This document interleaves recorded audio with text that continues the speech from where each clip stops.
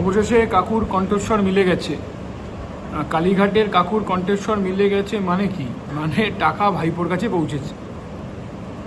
তো কণ্ঠস্বর পাওয়া নিয়ে হইচই চললো, কণ্ঠস্বর পাওয়া গেল, তারপর মানে কোনো সময় সিবিআই ইডি জেগে উঠছে, কোনো সময় অ্যালজোলাম খেয়ে ঘুমিয়ে পড়ছে। ঠিক নির্বাচনের আজকে ফার্স্ট ফেজের 24 ঘন্টা আগে হঠাৎ করে বললো যে কাকুর কণ্ঠস্বর মিলে গেছে। আরে কণ্ঠস্বর মিলে যাবে খুব স্বাভাবিক ব্যাপার, সবাই জানে যে সমস্ত পাচারের টাকা ভাইপোর কাছে গেছে। কিন্তু বলে তারপর কি হলো?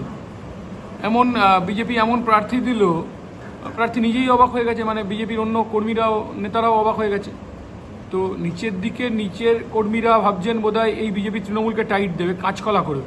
এই বিজেপির কেন্দ্রীয় রাজ্য নেতৃত্বের সাথে তৃণমূল কংগ্রেসের সেটিং আছে।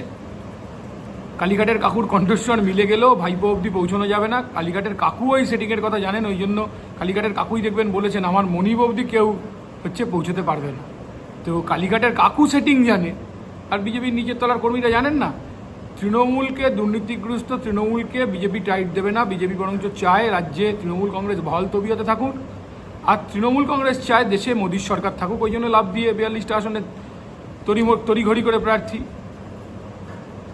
সিএ এনআরসি বিল যখন পাস হয় অ্যাবস্টেন করে, একের পর এক বিলে অ্যাবস্টেন করে, আর রাস্তা দাঁড়িয়ে ক্যাকাচিচি করে।